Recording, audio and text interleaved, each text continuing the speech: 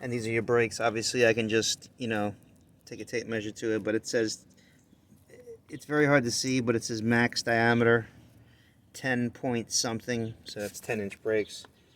And if you look at your brakes, these are probably original, if not done many, many moons ago. Your shocks are like shit too, by the way. Look at the wheel cylinder. This is why it's probably not stopping as good as I would like it to stop. Everything is just super, super old. The front, I can see new pins, so I'd have to assume that the front brakes were done. I think you said you might have gotten them done, but these are absolutely fucking gone. And the drums actually are kind of okay. Maybe I should just remove them and bring them to the machine shop on Monday, and that way we can get the ball rolling on that, so I'm not waiting. But that's another thing, I knew you had bigger brakes because the lug nut size is bigger. It's 13/16 instead of 3/4. And somebody put new lug nuts on this, and they're kind of like beat up. It's like they over tightened it or something, and they put anti-seize on here. I guess they thought they were left-hand thread when they weren't. But usually the driver's side is the one with the left-hand thread, so maybe they did the other side first and then they stripped this side or something, but somehow the studs were still okay. So maybe it's just this one. They all look like shit. Look at that. Maybe we should order new lug nuts because they look a little funny, I must say. Funny is a good word to use. You really can't see it, maybe, on the video?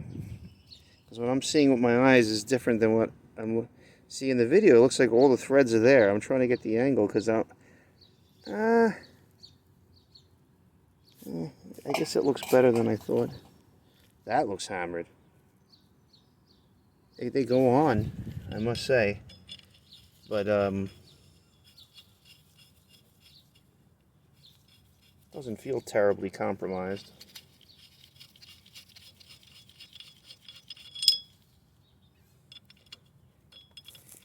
Usually they're okay if you can get it to go on backwards. Maybe it's just my head. Yeah, they're fine. I think the lube is in between, and it's making it look funny. That little piece might be lube, or it might be, it looks like a piece of metal. They got a little hammered. I don't know. It looks okay there. Little thing is nothing, because they were on tight. It wasn't like they were loose. So, all right. So that's it with your brakes. All right. So under the car I go, and yeah, these cables are horrendous. But they're pretty long cables, and they go to one spot in the middle. They should be equally spaced. They may actually be the same one, left or right. I'm not 100% sure, but I would think that they would be the same, left or right, because they basically are taking the same path, and they connect right in the middle there. And this is the one that goes to the front. This is why it's so loose. Oh, yeah, look at that. I just pulled the cable, and it hung low. But this fulcrum here that it pulls, like one cable pulls this, and this tightens the other one. And it just kind of hangs off the body on another hook there. Now, not only is this cable, tight, this fulcrum doesn't move at all. So there's a clip here. It can be taken apart, but there's probably some rust in there. However the fulcrum works is kind of fucked up, but it's a matter of physically, cleaning it up, removing the rust, and getting it back. But this is not moving at all, and it's not like there's that much, tension on it. So you probably can't even, if you pull it, like I just pulled it so it goes like, oh, yeah, your cable is snapped, and now it just fell off. Yeah, your cable is snapped. So one time somebody pulled it, whether it's you or somebody else, they pulled it, and because this is seized, it broke. So everything is just seized. So there's only 3 cables, which makes sense. There was another thing that was showing some kind of intermediate cable, and I think that has something to do if the car had front disc brakes, how they did the rears. I don't see how that makes sense, but that is what it is. But this is hilarious. All right, now I know what to order at least. On this side, this lug nut would not come off. Really stripped now. The fucking studs are super fucking strong though. That could be cleaned up. There's nothing really wrong with that if I put the right tap over it. But I think we should change some of the lug nuts, because I'm probably not seeing anything. I probably am seeing something that's screwed up. Right now I'm looking at something that's not right, and that's why they put. It's funny, they put the same anti-seize lubricant on 4 of them. Like the first one here, it looks like they forced it on. They go, you know what? Let's put some anti-seize on there. So they put an anti-seize and they saved the other nuts. But I don't know if we should just order 10 nuts and be done with it. They're cheap on Rock Auto for the most part, but this one's definitely shot. Even if we don't use them all, you have them just in case the same shit happens to the other wheels, because I'm not taking those off right now. But just to give you an idea. Hold it between my legs. Gee, this side looks so much better compared to the other side, but it's still very old. The other side looks like something was leaking in there for sure. This side at least is dry, and there's more meat on these for some reason. It's like somebody did one side and not the other side or something. But that's the cable that goes all the way there, and it really looks like hell, So I'm gonna get those drums cut in preparation of this. And I know I said I wasn't going to do your brakes, but I think we should. This is why I really wasn't overly happy with your brakes. I really feel that there's a problem, So we should at least try to do the brakes and the brake cables. This is not right, but depending on whether or not we get your parts, I want to call Ray and get his car kind of maybe started, but he's got to bring it to me because I can't really go over there. So I'm just going to put it on with 2 bolts, and I'll get those done, get it over with. So I think we forgot to order the belts. I know I put my belt on there, but the screeching noise that this thing had, now that I'm looking at it, I don't know if I'm moving with it, but the bearing in the fucking water pump has play. I'm seeing antifreeze leak underneath. That thermostat looks like it's never been changed. That housing looks like it's ready to fucking corrode apart. And the front seal is also leaking oil as well, just to let you know. But this is your motor without the valve covers on. New plugs in, new cap and rotor in. I got to do the valve covers. Got the new torque converter today. They finally finished it. And there's your tranny. So upside down, of course.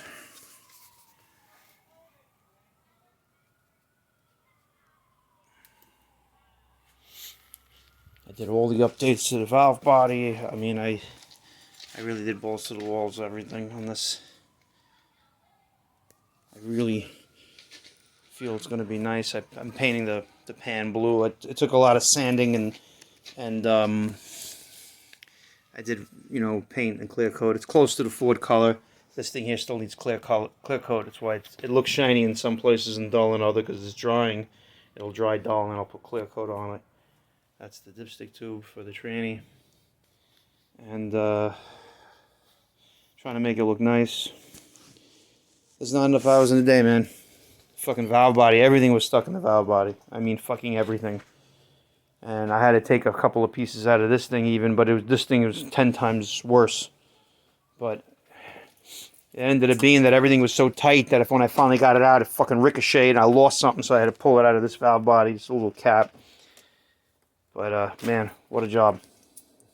So, getting there. Alright, let's see what gets broken.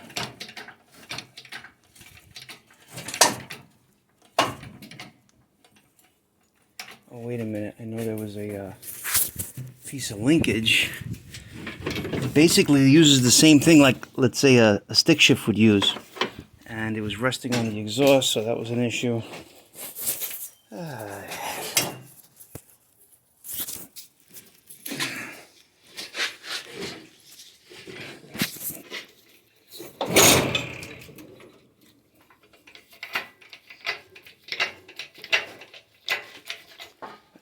that is.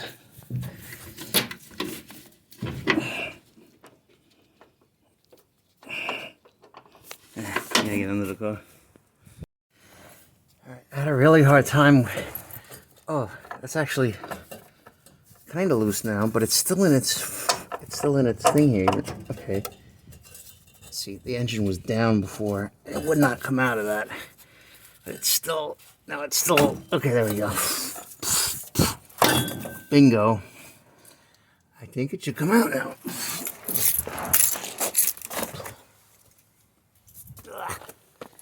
Alrighty.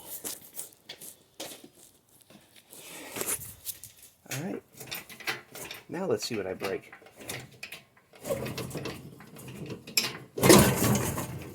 Alright.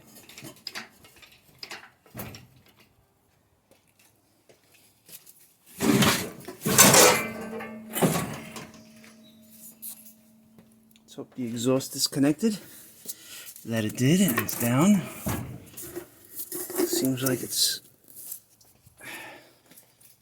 levitating, if you will. The front of the pan is hitting the suspension. There we go.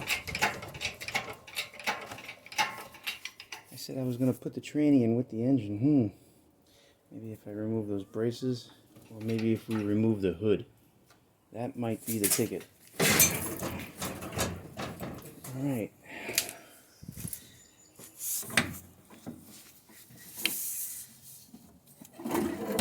Okay.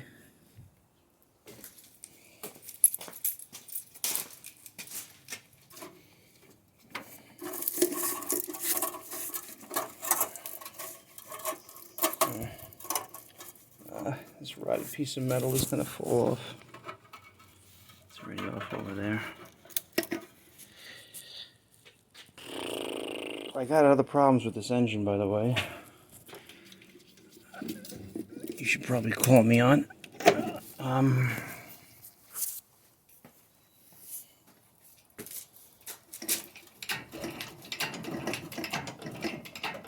Ultimately, I guess I can say it. There was a lot of pressure in the radiator, and I didn't run it yesterday. I never, did anything with the tune-up afterwards, and I threw out the spark plugs, and I didn't notice anything crazy, so it looked like they cleaned up quite a bit. But man, there was a lot of pressure, and we're not solving every leak on the car. Exhaust manifold gaskets, you don't bother changing those. You just put, you just put them straight on, without any gaskets. But the head gaskets wouldn't be changed, and they're a valve stem seal. So there was a lot of oil on the valves, but it was also misfiring because they didn't put the spark plug wires together right, or they broke them and then just kept rolling with it.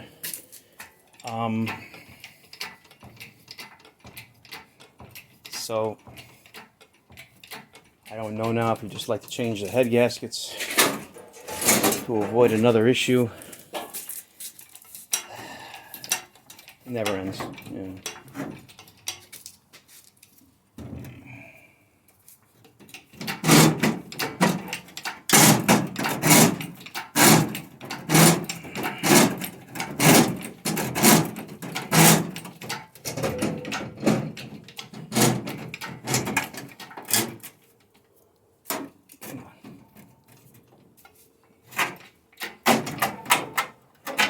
Don't fuck it up.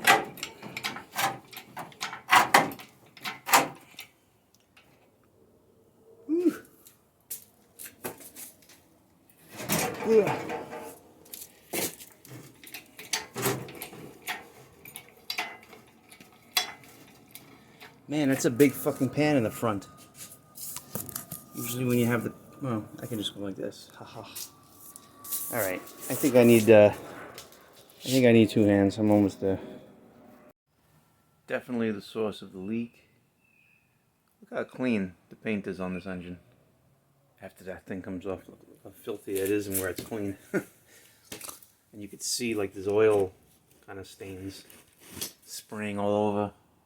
You tell the back of the intake is seeping, the valve covers were dripping. what am I? Somebody, this thing hangs very low, and somebody like welded it half-ass, and they made the plug. It's like it's not even a real plug. It's two pieces that are welded together. What amounts of good? This is the last thing I had to remove. I was trying to unscrew it in the car, but I realized it just slides off once you get the weight of it off. But I'm gonna set it up on the engine stand now and take a look.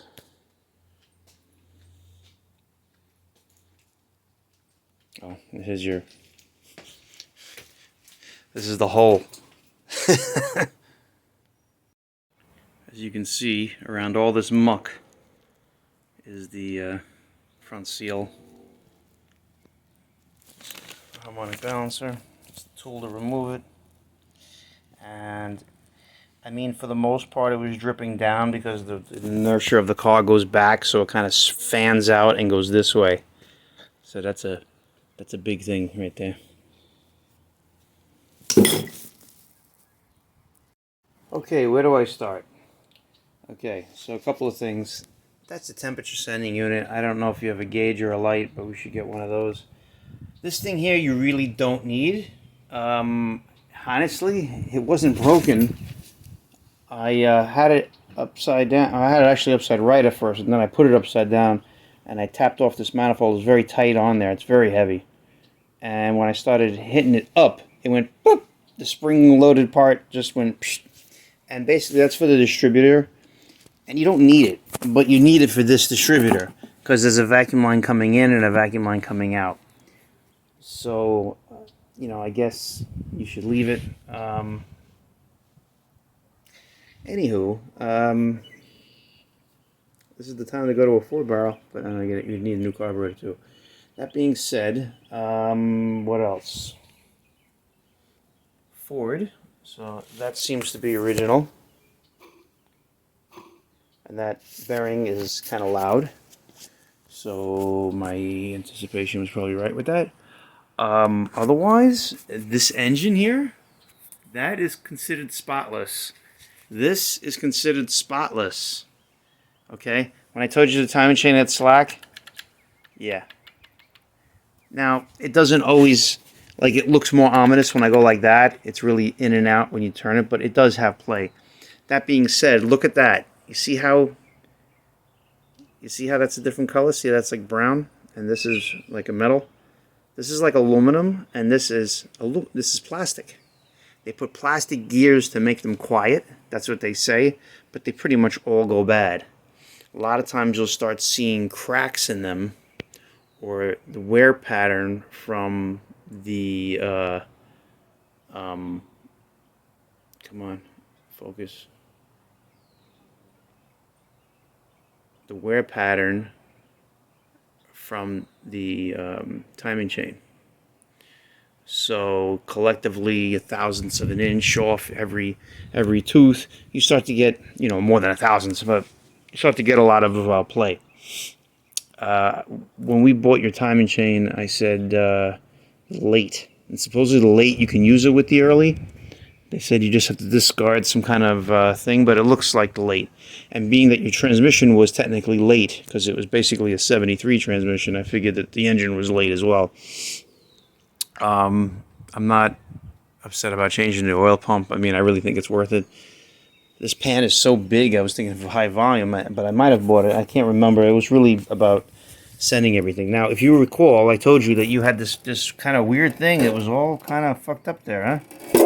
And when I look at the pan here, look how clean this fucking pan is. Until you get there.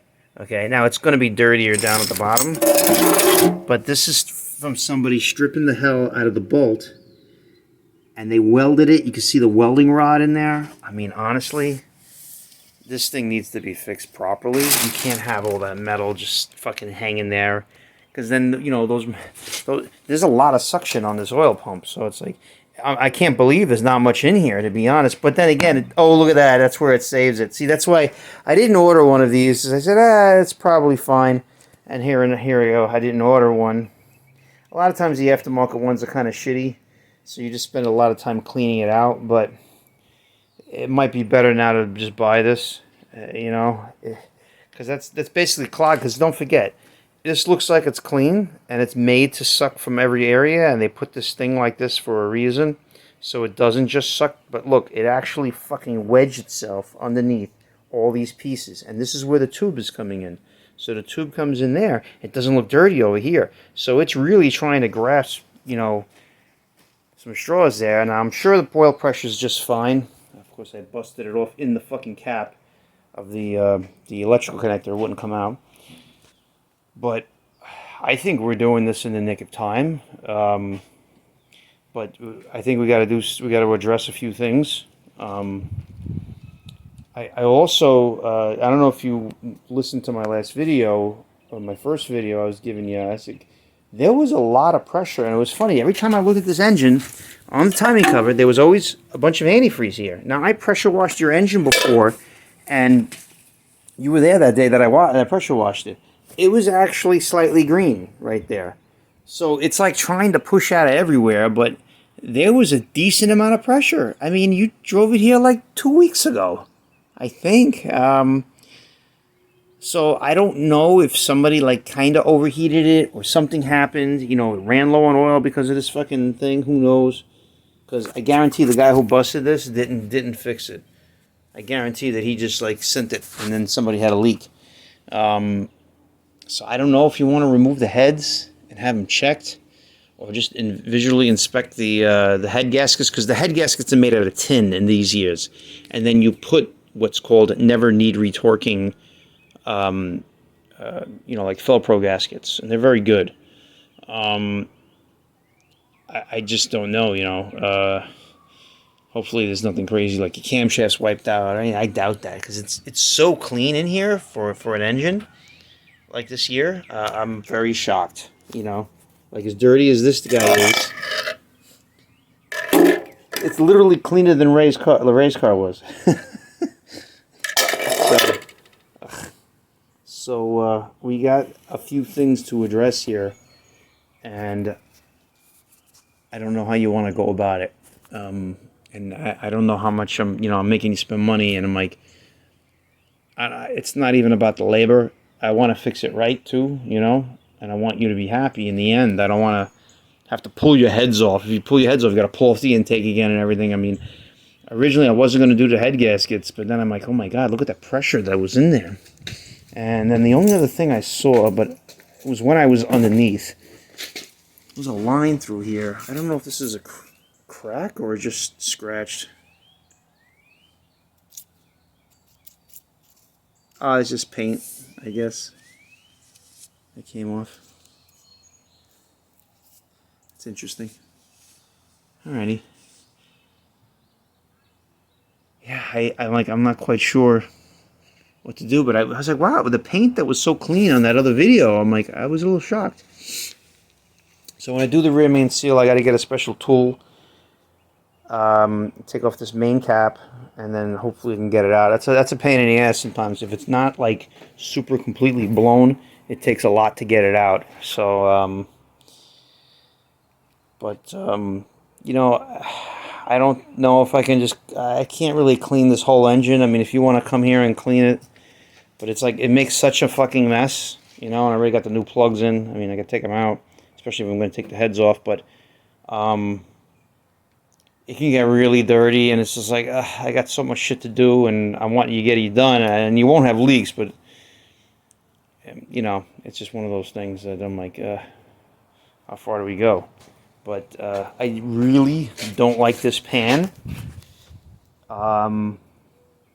The only thing I can say is that perhaps my welder could completely fix this and change it, but, I mean, time and labor, where a new pan is probably 50 to 75 bucks.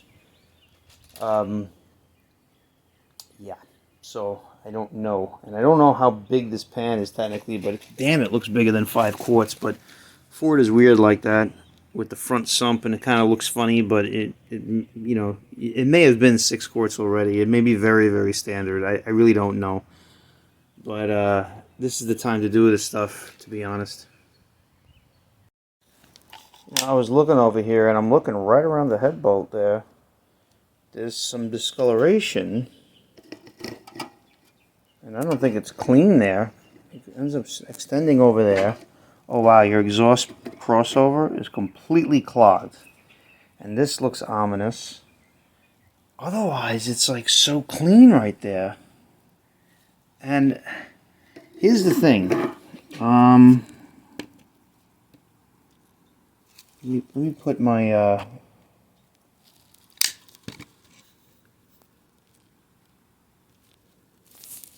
it's on. Okay, so you see the valve coming down there? Trying to see. Here's the thing. When I took out your plugs last time and you had the problem, I was telling you how the second cylinder was an issue. And I really didn't know what it was. I know there's a ton of oil. Now, these are the valve stem seals. This is kind of like really old school, what they call umbrella seals. And basically it just splashes the oil. It prevents the oil from getting to the valve. When I look at this one, which is, these two are for this cylinder, these two for the next cylinder, these two, and then these two. And then each one is, intake, exhaust. Intake is a hole over here for the intake. Okay? So that intake goes for the first one there. And then exhaust valve is lined up with the exhaust port. And now on this cylinder is the exhaust port, and this one's the intake.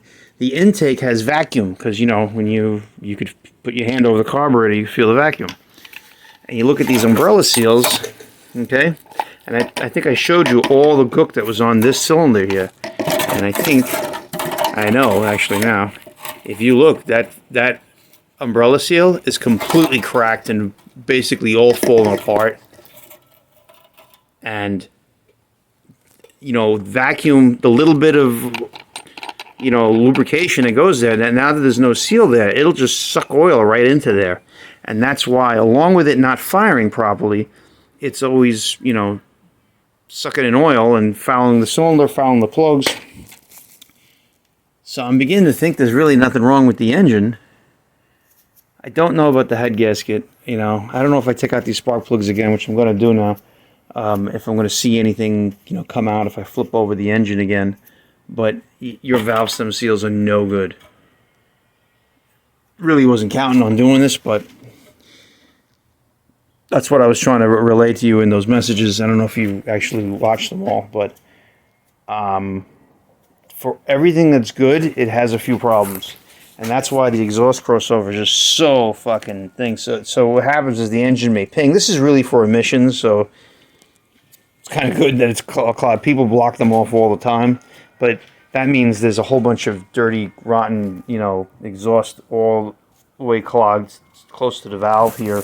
And I can't see it because the exhaust manifold's off, but something's going on here. Yeah, I mean, this is an intake port. I mean, and this is the antifreeze port. I mean, this surely it shouldn't be that dirty in the antifreeze port. So that's why I worry about a little bit of pressure getting out. And there was pressure in the radiator, an unusual amount of fucking pressure that I was like, what? How can that be? So I am concerned, and I'm concerned when I see these head bolts here.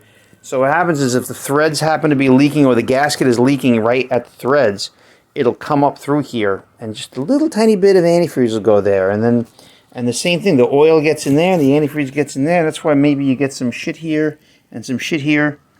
But, I don't know if you want to just get the heads rebuilt and they put some positive valve seals in there.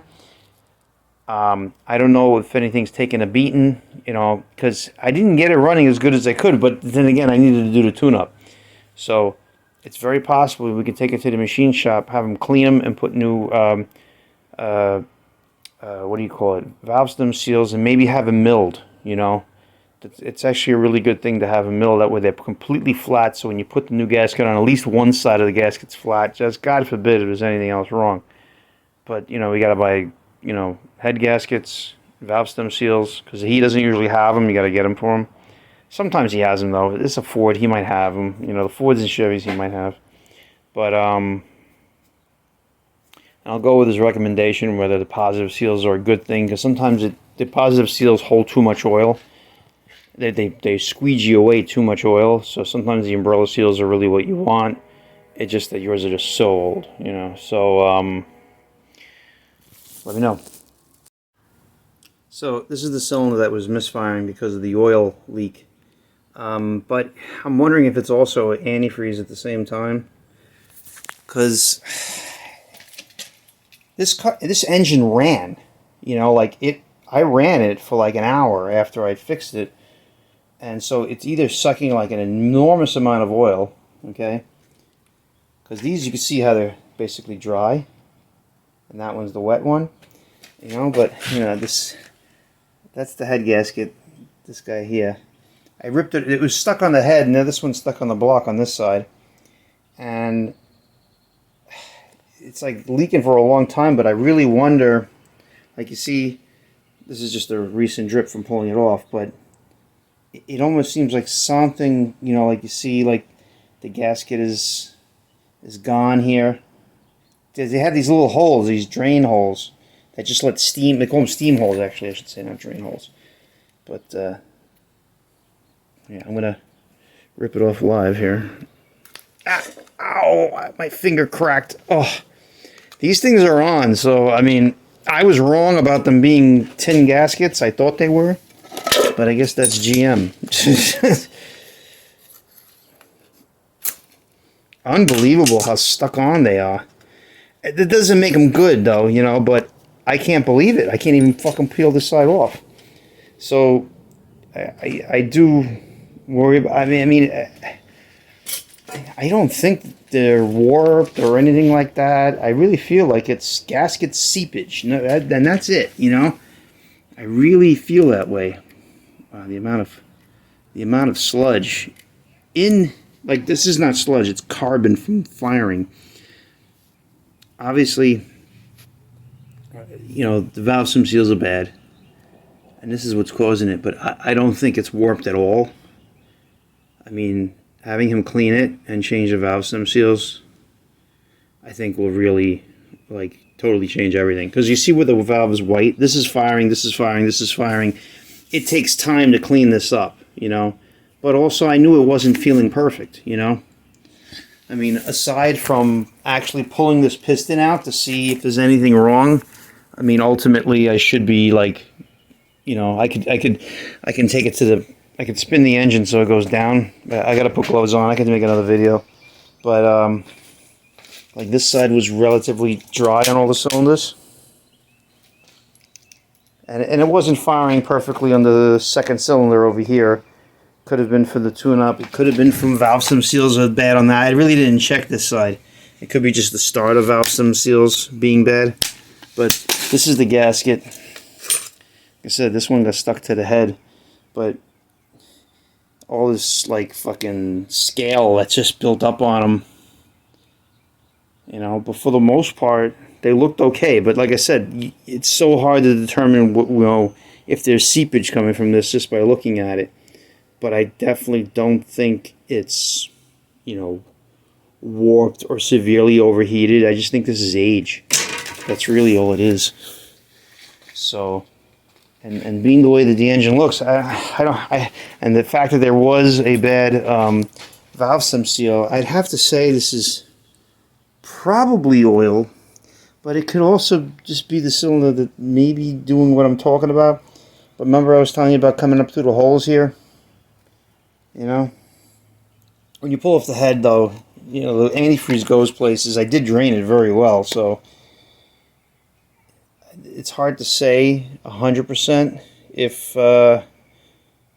they were seeping into the head bolts, but it looked funny to me. Otherwise, this fucking thing is like brand new. Look, I can see the camshaft in there.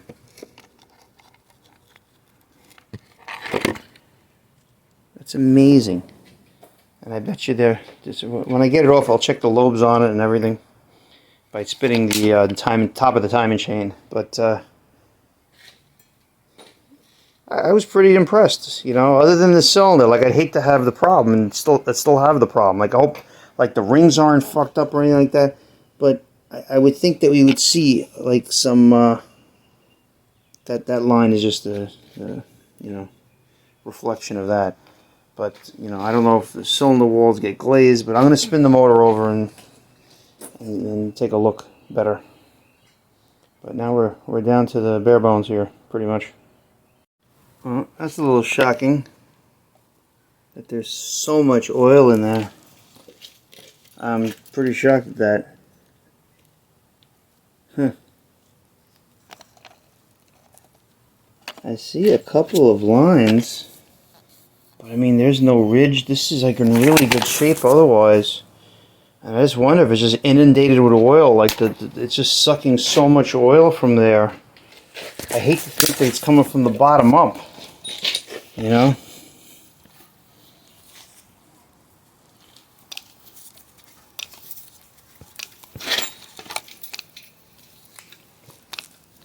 That one, the last one's making a little noise.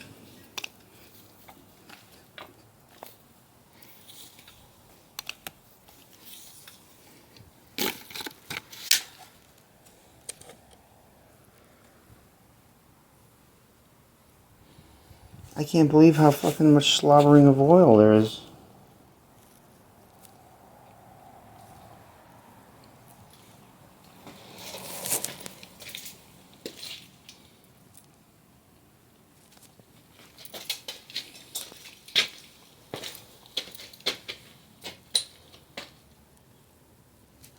I just hope it's not coming from the bottom. Maybe I should take a look at the bottom of the piston, but you know, it's just, when you see a broken valve stem seal, like, there's oil, but like, it just seems like way too much oil.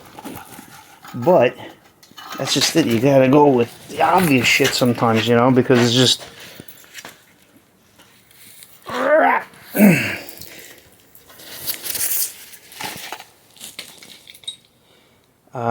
so that's on this side now. I mean, I can still see the skirt. This engine has no, and look, see at the bottom, you can see the crosshatch pattern there. I don't know if it's easy to see or not. Hang on. Come on, light.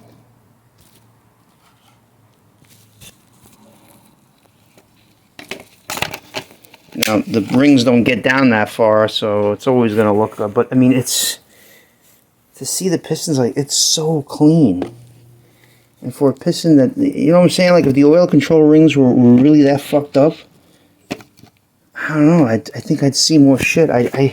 And being that I see that the valve stem seal is definitely bad, I mean, it's really bad. I'd have to say that. It's just that. I mean, this one right here, it's completely and utterly destroyed. You know?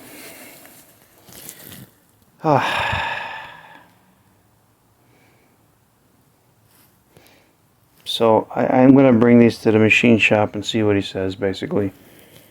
I can ask him to check them for straightness, if they think, but I don't think they have much of a problem. I think that the gasket is a little bit messed up. I don't think it's serious, but obviously the oil thing is an issue, you know. But I mean, the cylinder looks absolutely great. It really doesn't look bad. I mean, I see lines here, but it's, you know, when it's not running right, there's a lot of things that can, see, I just put my hand there and I just wiped it, you know.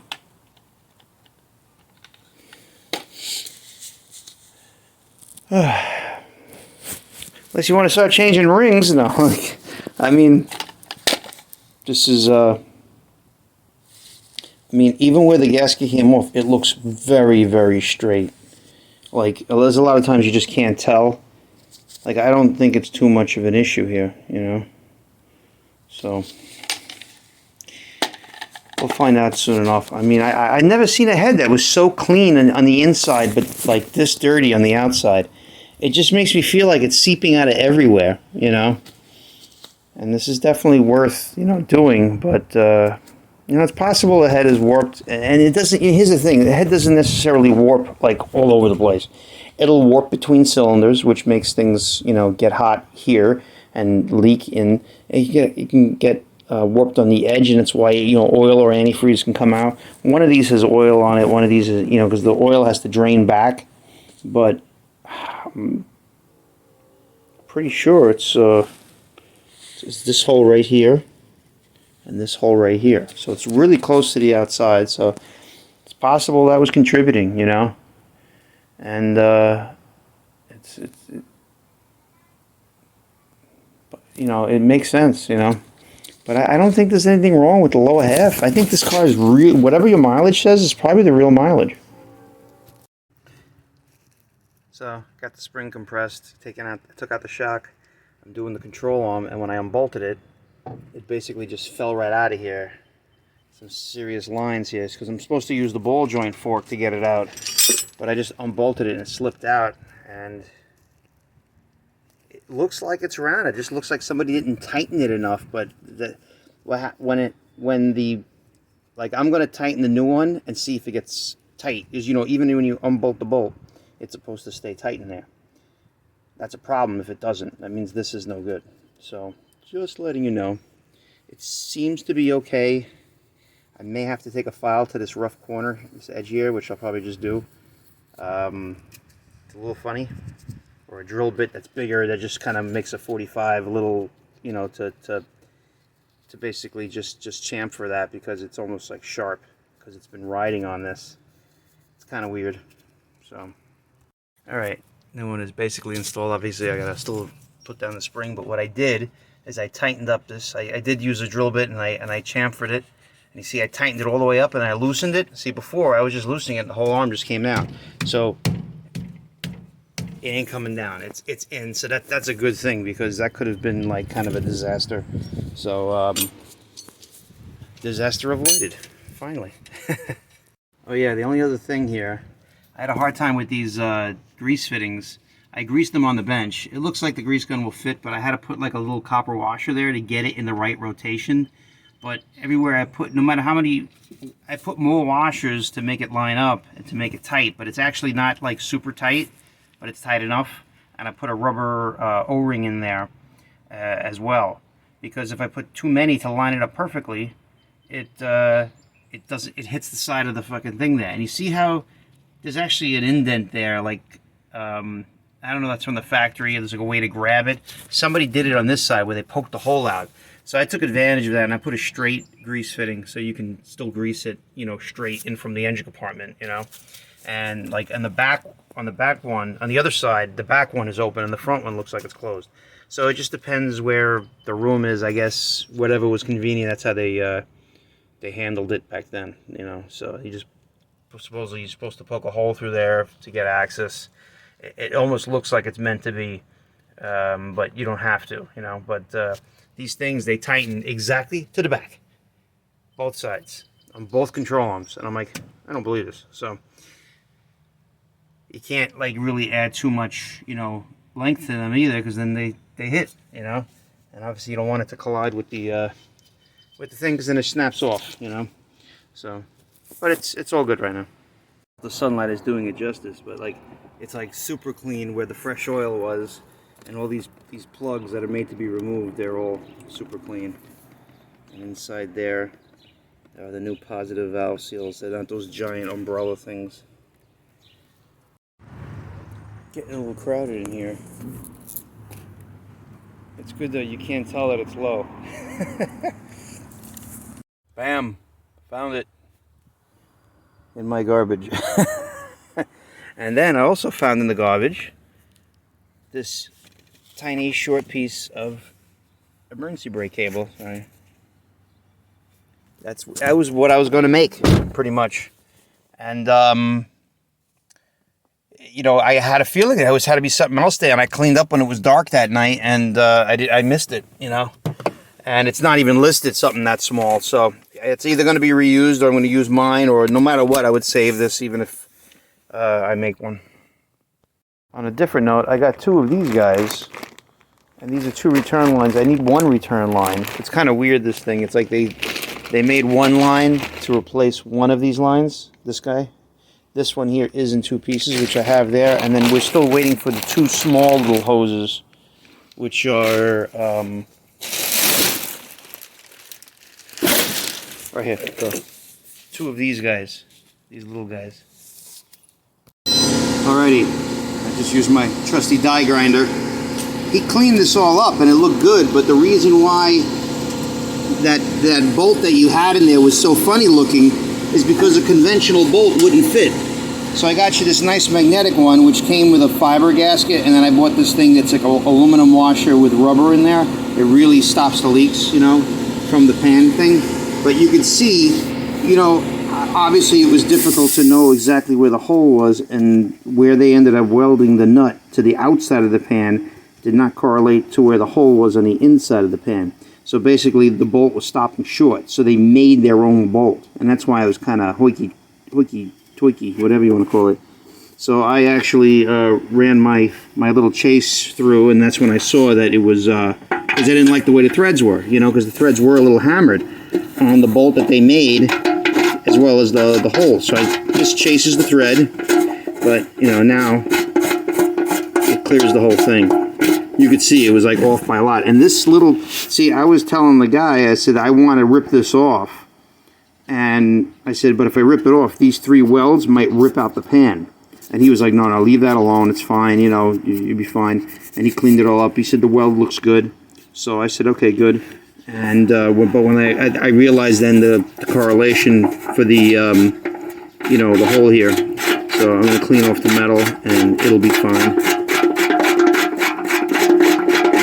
And it came out good. This is your fuel filter. When I went through this side, clean gas. When I go through this side, this is just what's left. So it was filtering, because that's pretty clean on that side. But it's been a long time. And it shows. Okay, I cleaned up your exhaust manifolds quite a bit.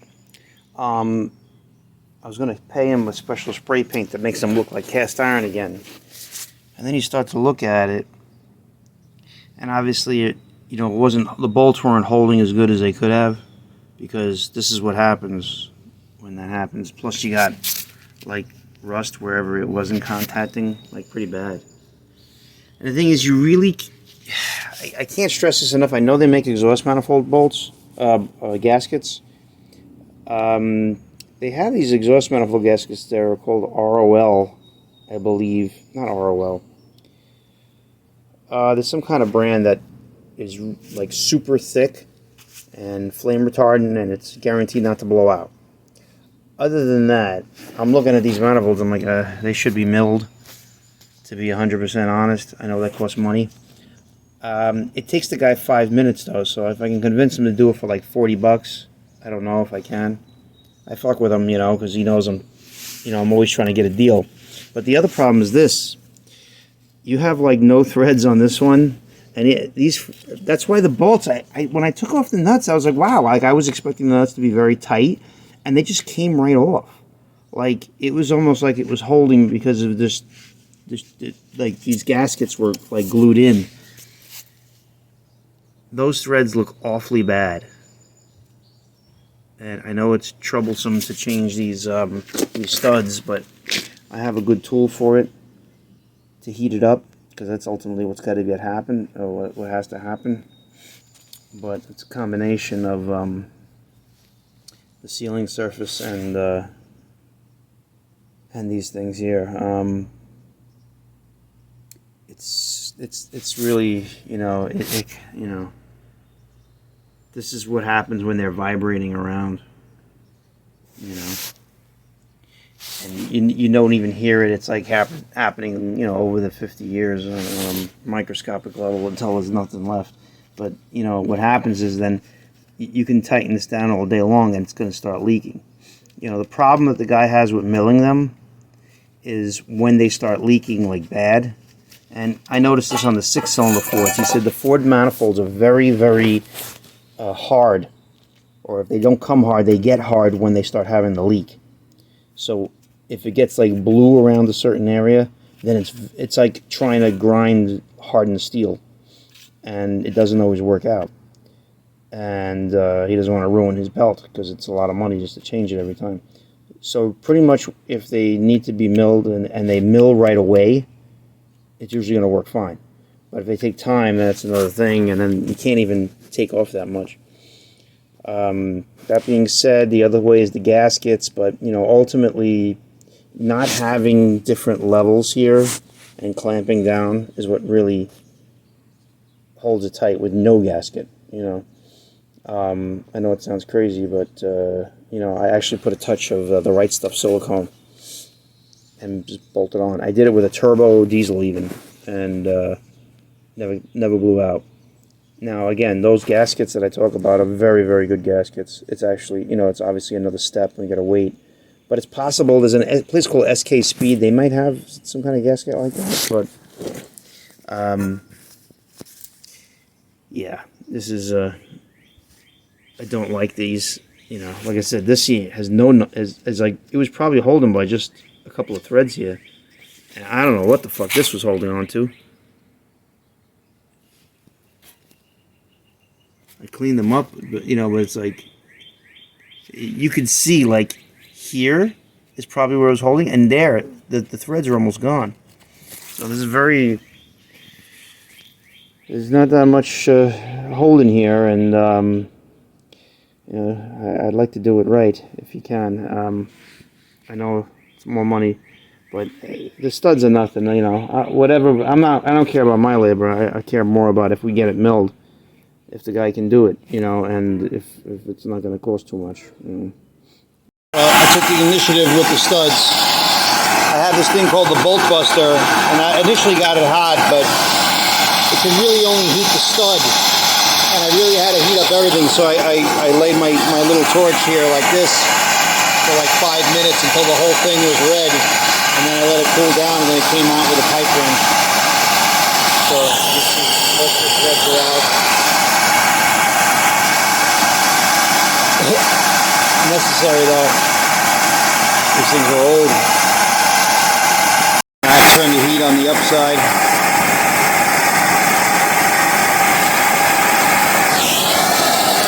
Okay. So looks more red on camera than it does in real life. So let's see. Nice and easy.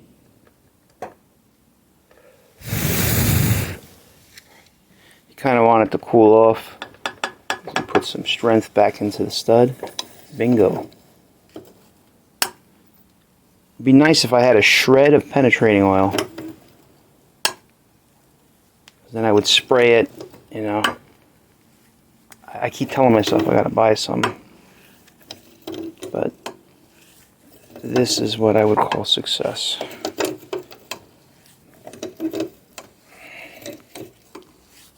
It's incredible. I was trying to just heat the stud before and it would not come out. The whole thing had to be heated, but no, that'll pull out like butter now. As you can see, I got that one a lot more.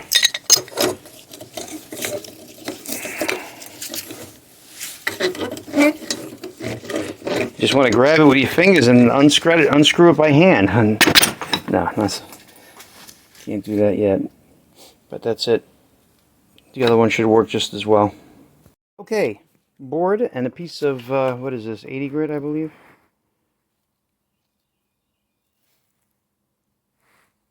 Can't fucking see.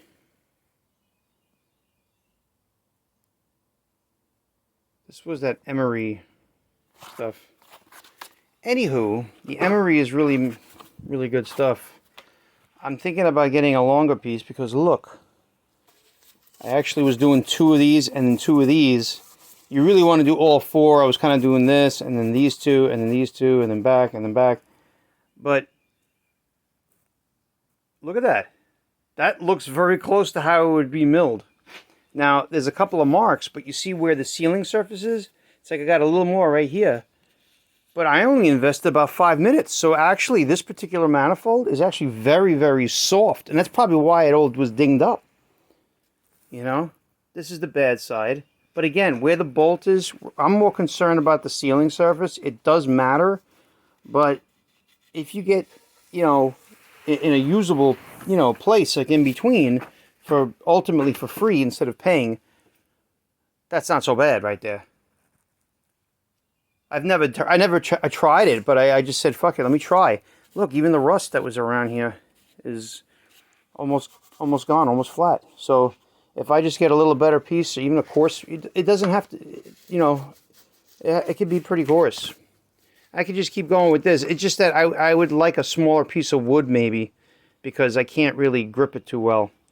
But that's pretty kick-ass. I put it in the vise, and I cleaned it up. So I think I'm going to get a better piece. Because although that looks kind of nasty, the way it's going, I don't think it's going to be a problem. You know, like right here is a problem. You know, because you don't want this shit to leak. It really causes a lot of problems. Now, I got these out. I chased the threads. We're in good shape with this. I gotta get 4 of these guys. I cooled off, thank God. Yeah, I gotta find 4 of these things. But I'm pretty stoked about that. And I guess you would be too. Another 5 minutes, and this is me going pretty hard. You know, it's getting there. But largely, that's how it looks when you get it milled. It's like a giant belt sander that they have, you know? Maybe I could put you up to this tomorrow. This one ended up coming out better than the other one. Because I actually, you know, the ends were more messed up. So by the time I was done getting to the middle, I really, you know, knocked these down. That's just oil. But came out good.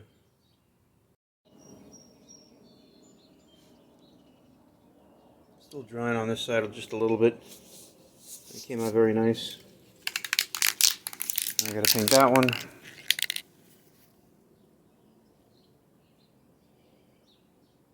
Ha! Resist heat up to 250. Well, I guess you could paint the block with it, but not the exhaust. So this paint will probably burn off, but it's very hard to keep anything on exhaust manifolds anyway. The only other paint was like that POR paint, and you brush it on. Oh, that kind of sucks. I don't remember cast iron being only good for 250. I thought it'd be at least 500 for crying out loud. Yeah, it's probably not going to hold. Just to let you know. Well, it's almost 9 o'clock. I think I've had it. But I pretty much have that brushed nickel look. And I'm going to look at it in the daylight again, but every time I looked there was another spot. But I went crazy. And I ended up using the Y wheel on the drill. It actually worked better for some cases, particularly this very, very hard one. Although it's beat up now. But it was good for getting in the small, you know, this area. I started doing this one, but I'm out of gas. So this one needs a lot more work. So there was a ton of rust in this edge here, you know, and the old paint and whatnot. You can see it's kind of blue because it is dissolving the paint.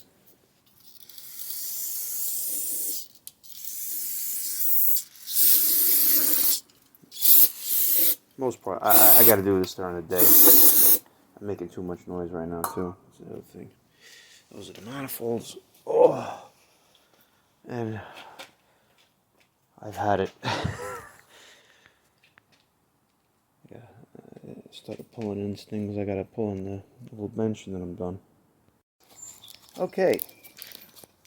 Exhaust manifolds are on. I primed the oil filter.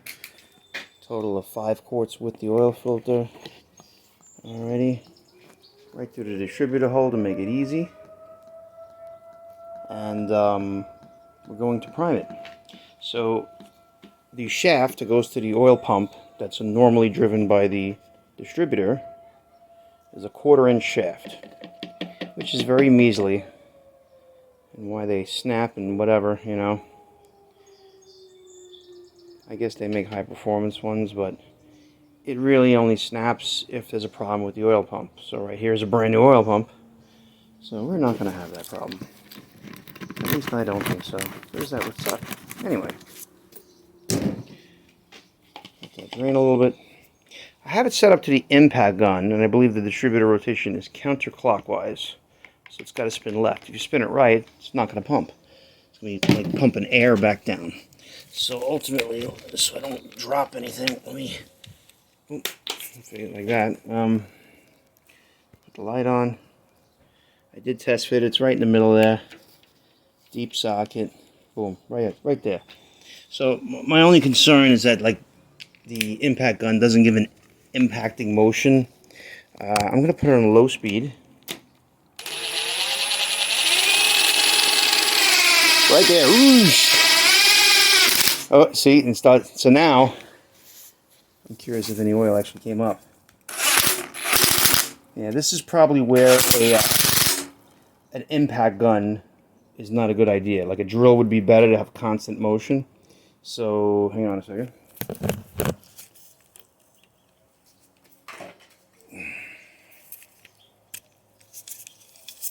Okay, so I took off my adapter. I'm going to probably just use the drill. And that's probably primed enough, like the light would have gone out. But I kind of like to, like, you know, turn the motor over a little bit at a time and see the oil squirting out. Like I heard some air squirting out of the, what do you call it? I heard the air squirting out of the, it's not that wobbly. Okay. The only thing is now with the drill, because it's counterclockwise, hopefully it doesn't undo itself. So right now,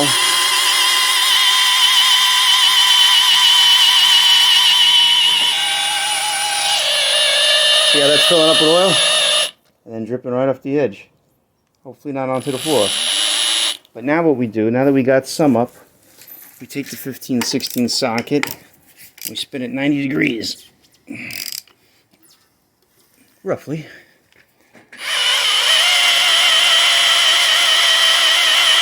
I put the spark plugs in already, so and now it's coming out of this guy. Coming out of some of the other ones.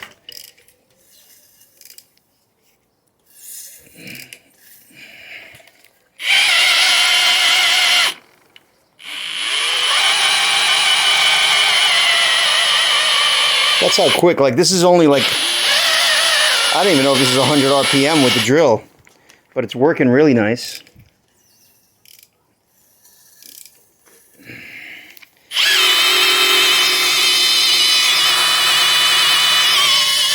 We're just at the point that I can pretty much see it everywhere. Yeah, all of them have oil now. And right out of the push rod hole, which is right hooked up with that. So this is fully primed. Like it's not even going to make any kind of ticking noise or anything like that. And I mean, the you know, the what do you call it was actually, you know, what was I going to say? The you know, the lifters were used, so you know they already were primed. Newer ones would definitely take longer. It's definitely a different ball game then, you know. But this is pretty much cut and dry. But it's nice to know there wasn't any, you know, sludge blocking any holes or anything like that. So this is all good stuff. You know, and I'll get the thing back up to number 1 top dead center here. So basically, when you have the valve cover off, and the second one there's for the exhaust. So, okay, so the intake is going down now, the first one. When that comes back up to the top, the 0 should be close, although it's a little hard to see here. This might be good for a highlighter or use a razor to clean up the numbers. I tried to scrape them, because I was like, where's the 0?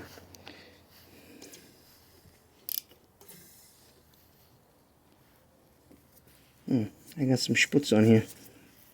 Oh, that's the silicone. Oh well. And I got a little mark here. Should have been... Oh, here we go. 30 degrees before. Apparently there's a, you know, there's some time, and you could probably look in the hole and start seeing the piston come up. It's pretty much right there. It's maybe hard to see on the video. But, see, that's 10.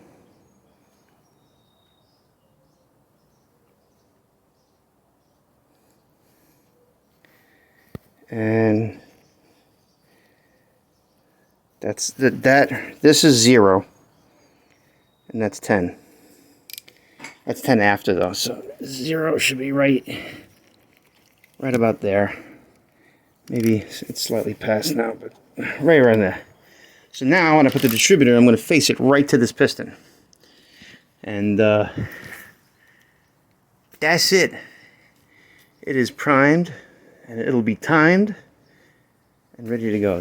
The only problem I see is perhaps trying to get this motor mount bolt in, but there's no law that says you can't put the bolt in from the back and the nut in from the front. Sometimes that is the way it is, and then somebody moves it, you know. So I'll put the fuel line on, attach it, get it up there and whatnot. We're looking good. Looking real good. I got a coat of paint on that. I'm still thinking about I ran out of Rust-Oleum, but Rust-Oleum it's really not the best as far as how other paints go with it. So I'm going to see, because the other one, I'd like to put a little more emphasis on the valve covers so they look nicer. So I'm going to leave that as a surprise. But I think this is going to be, they're going to come out really good in the end. It's going to take a little time to manage that, and I got to go to the store. Okay, this was very difficult. It's not perfect. I mean, looking at it from up here, it looks fine, but you get close. It was very hard to do the lettering. It was really hard. I tried many different ways and stripped the paint off a bunch of times. And basically what I did here, you see, the problem with using the aluminum paint, it gets fingerprints, okay? Because it's made for rough surfaces more. When you put it on a smooth surface like this, and especially a valve cover, it's going to get touched a lot, and the wires are going to get touched, you know, and the wires have to drape over it. You really need to be able to wipe off dirt off them, if anything. And you're not going to get that with aluminum paint. Now, this is the aluminum paint, but I put the blue, and then I clear coated everything. And it's not perfect by any means, but it almost looks like a gray instead. But it's a light gray. It's aluminum, you know, in the realm of aluminum, you know. But I just think it looks better. You got to have something a little shinier, you know, particularly for the dirt reason. You know, like when you spill oil from filling your oil, the aluminum paint would just all get stained, you know. It doesn't wipe up cleanly, you know. And you know, so I just stick with the aluminum, and then I clear coated it. But the clear coat was funny. It looked like it was kind of melting the paint. Like, I think you had to wait like a lot of time in between layers. And it is what it is. And you can redo it if you don't like it. But I think it's going to look really good, or good enough, you know. The motor is on the hoist with the tranny attached, dipstick attached, modulator attached, and hopefully these lines are bent right. I realized 5 feet was long enough for one of them, but not for two of them. But then again, because the way I made it very tight against the tranny. They had it a little bit different going up here. They had a lot of like 45, like this was a 45, you know, which would have saved some space. I don't know. This is fine. I made it look very neat like that. And then it goes up, and then that has to be bent over there. I'm not sure if I can install this after the fact. Something like that. Or if those are going to be in the way. So you can bend them and then bend them back. So these are a couple of things. But the other side, you might, because they don't sell them in stock for 6 feet. One of them was basically 6 feet because of this, you know. So you can see it's about even right now on one side, you know, which would be normal for a GM, but for a fucking Ford or a Dodge, they go under, you know, they go under the radiator. So it has to kind of go that way and that way. There may be enough room, and then the one on this side might be a little bit on the long side, which you can just like kind of bend. But for the most part, you'd have to get like a 1 foot piece because they just don't have 6 feet in stock. So I got the 2 5-footers. They have the original little attachment here. You put a couple of zip ties on it. It should. I don't know if your original bracket where the ground wire goes also has this. I can't remember. I'd have to look. It might have used to have it, and it's just not there anymore, or something along those lines. But we can make something work. Can't exactly remember. There was a couple of the clamps, and I wasn't sure what they were for.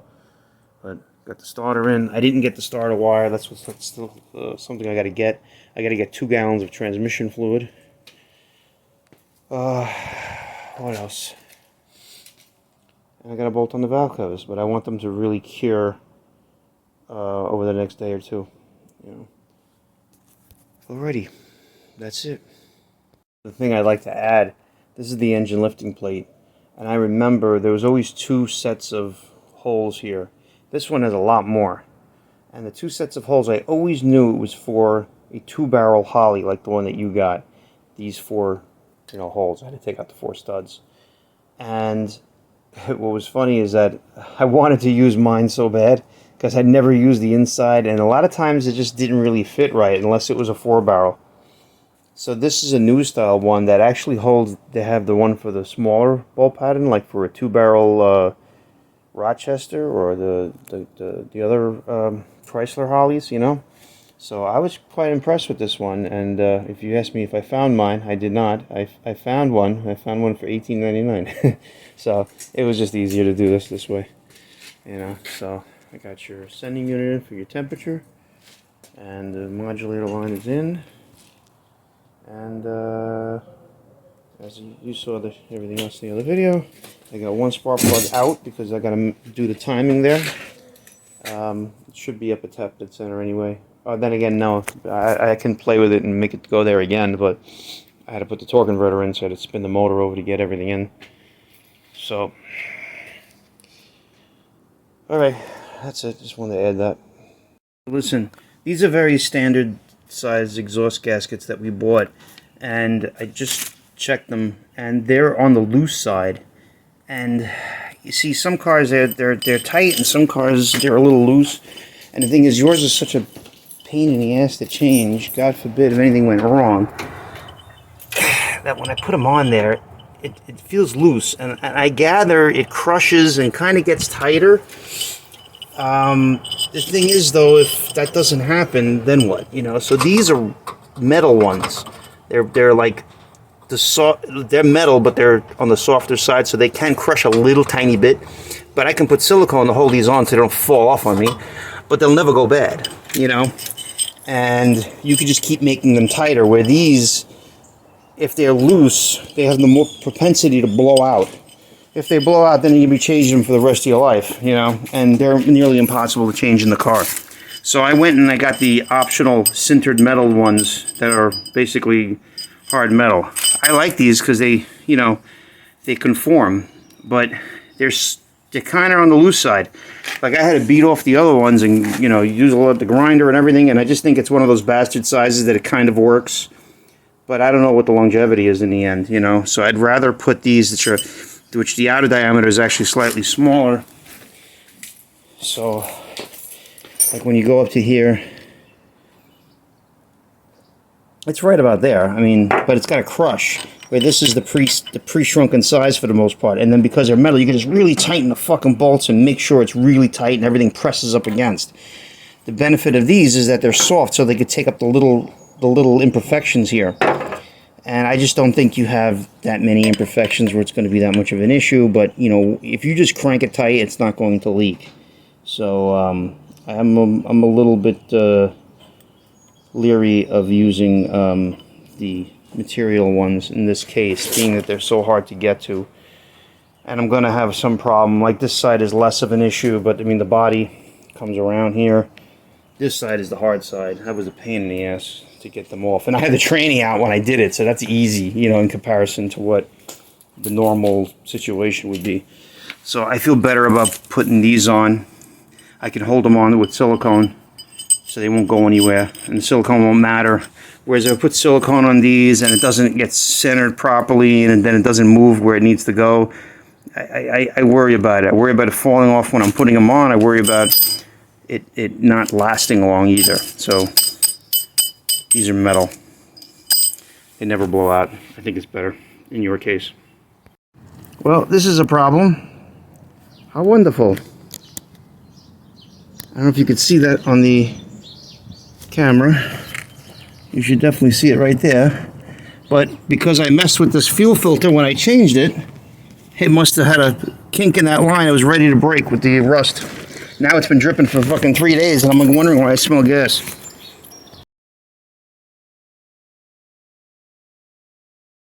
Alright, so all the power steering hoses are in, gaskets are on, I siliconed them in place. They're the hard sintered gaskets. This is up out of the way, cable is out of the way, heater hose is out of the way.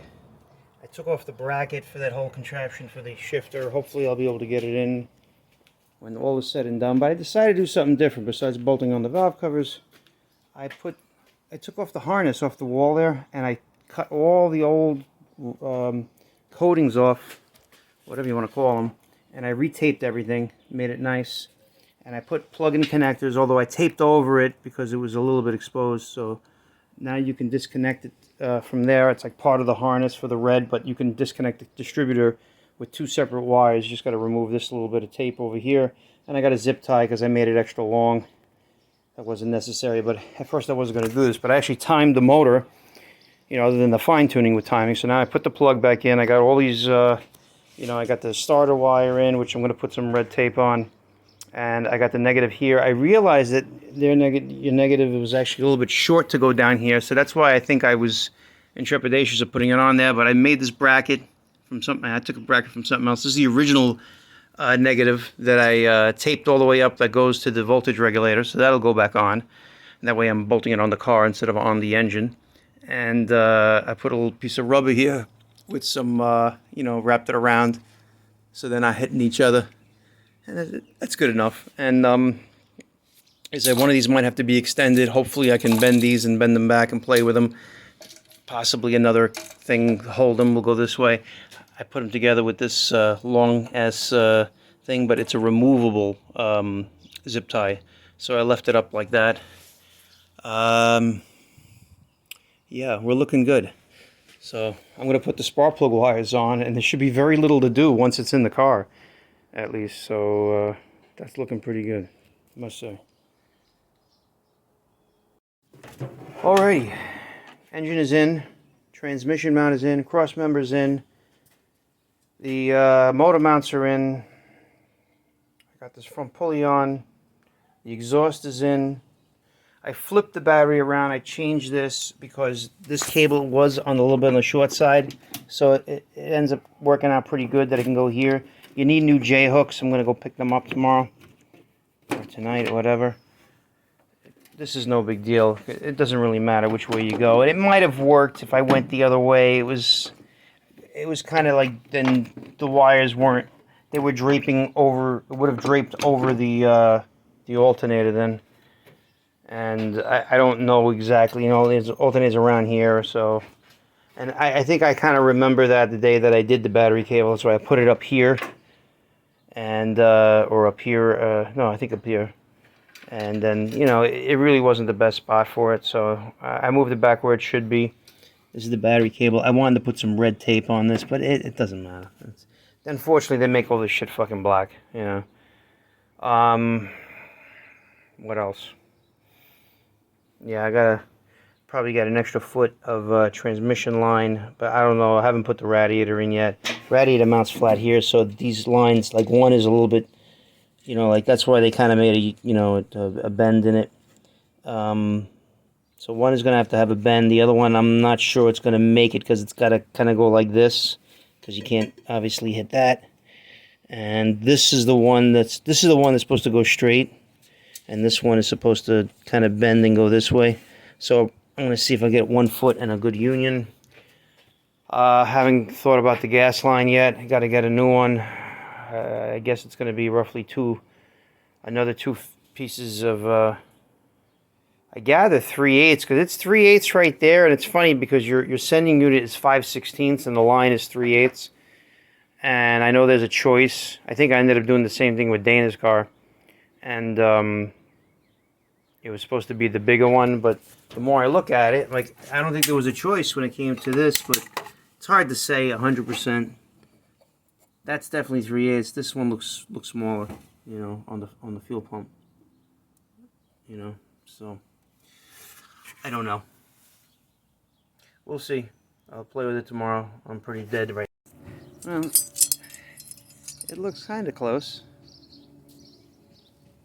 Let's see what happens. Alrighty, radiator's in. I re-drilled holes. The lines reached.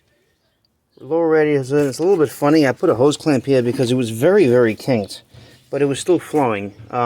So it should flow, you know, the same, I gather. Power steering is in. Hoses are in. Alternator's in. I didn't put this fan on yet because your shroud took a shit when I pulled it out. It really fell apart in two pieces, so I don't know if we don't need to even bother with it. It probably runs plenty cool.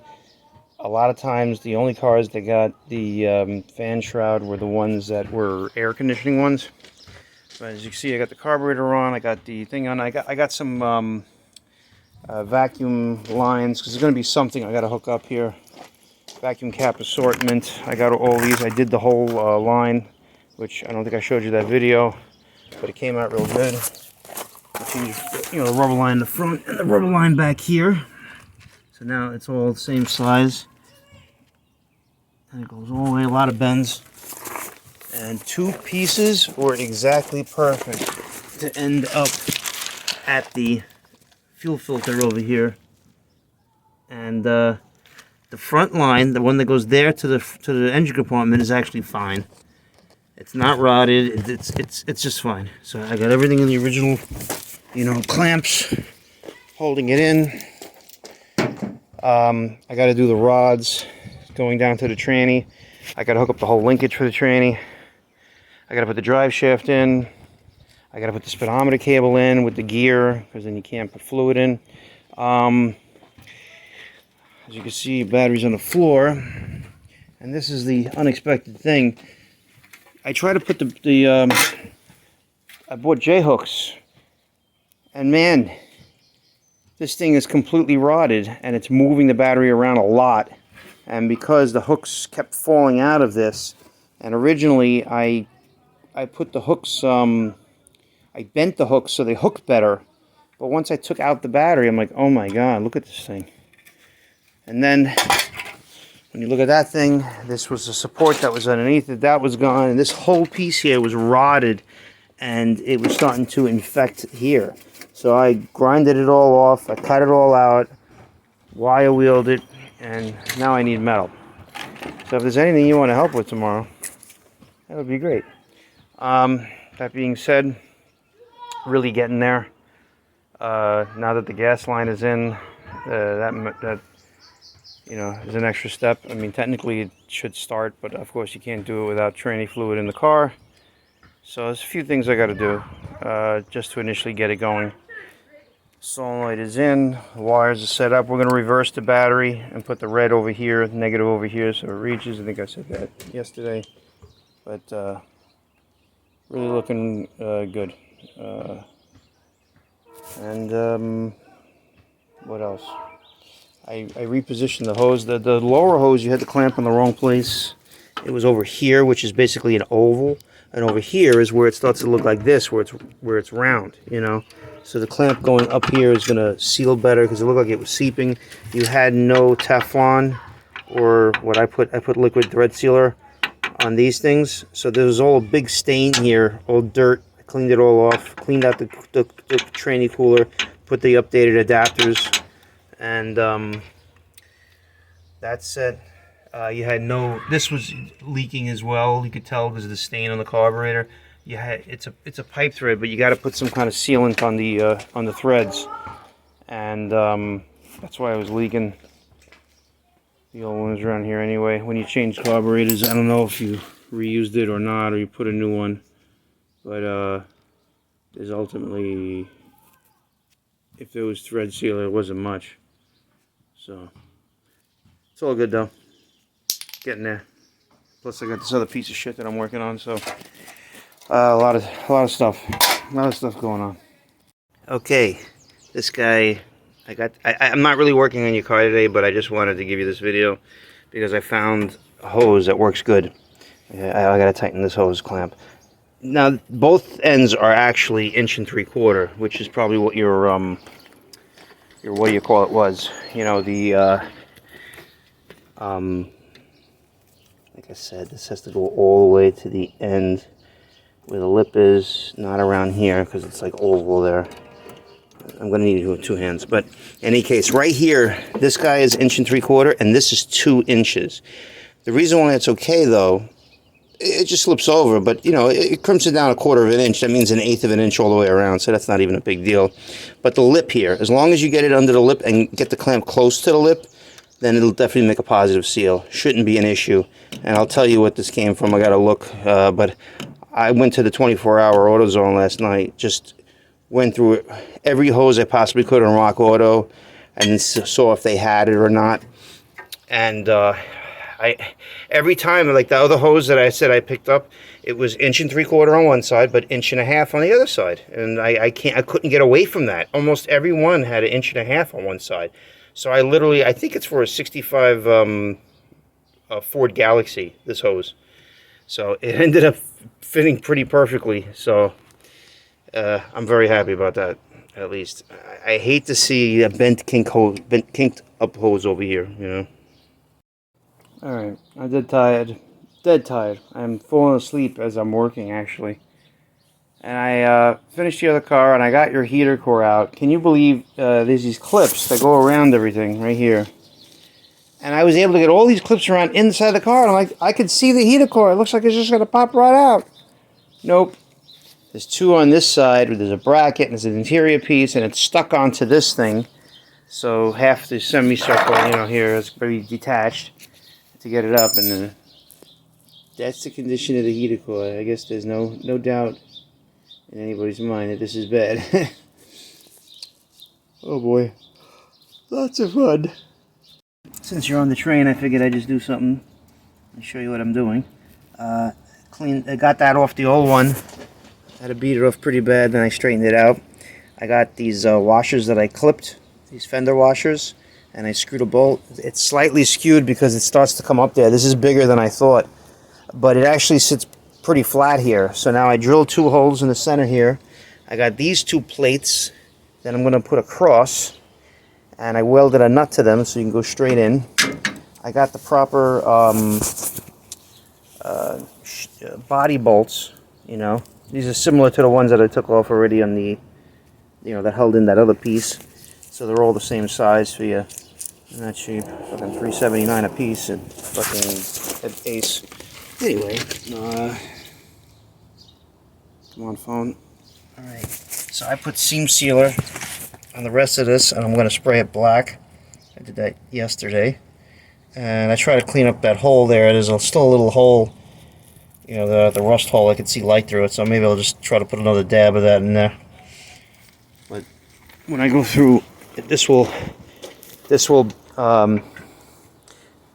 you know, bottom it out on the original metal past the metal that we put, so it adds an extra layer, and it can really be cranked down, and the battery's not going to move, you know. And then these bolts will stay, you know, inside the you know, the thing there, because you don't want the battery to hit the bolts, you know, of course.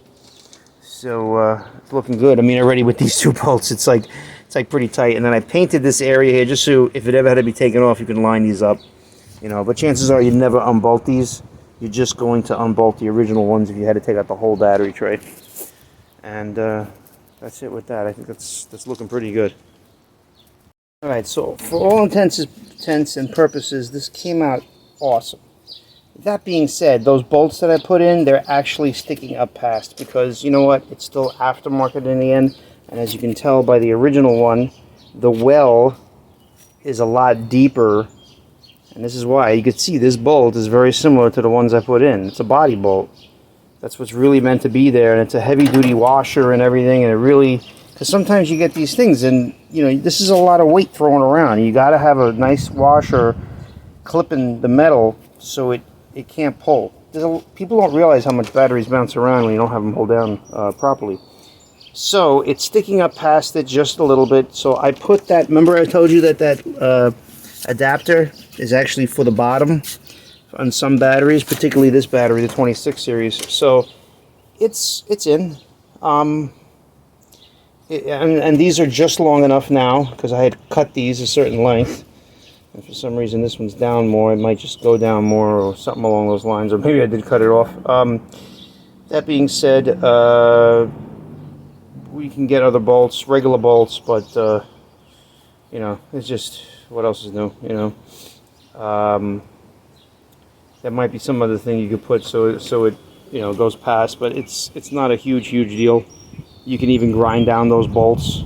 It's literally off by a tiny bit, you know, and it's probably not even a big deal that the battery sits on the bolts. I just prefer not to, only because if the battery did get loose, then it can like boom, puncture a hole through it. And if it ever got loose, I mean, I don't think it's going loose anytime soon, even with that cheap plastic spacer. So make these nice and tight. I don't think it's really an issue, but looks in good shape. I had a little epoxy left yesterday. It was more like clear epoxy, and I did this side. I did the same thing they did over here, which seemed to work pretty well, but I added a bunch of stuff, and then on all four corners here where there was no plastic left, I actually epoxied 5/16 washers in there, and hopefully this will all, you know, be good enough to hold it.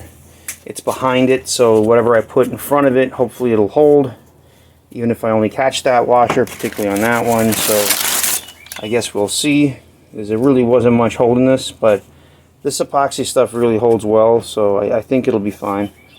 And because you really can't put it on the inside, you know, you have to put something smaller. At least this was really covers it, and you're almost more guaranteed to have it more flush to the car, to the radiator itself.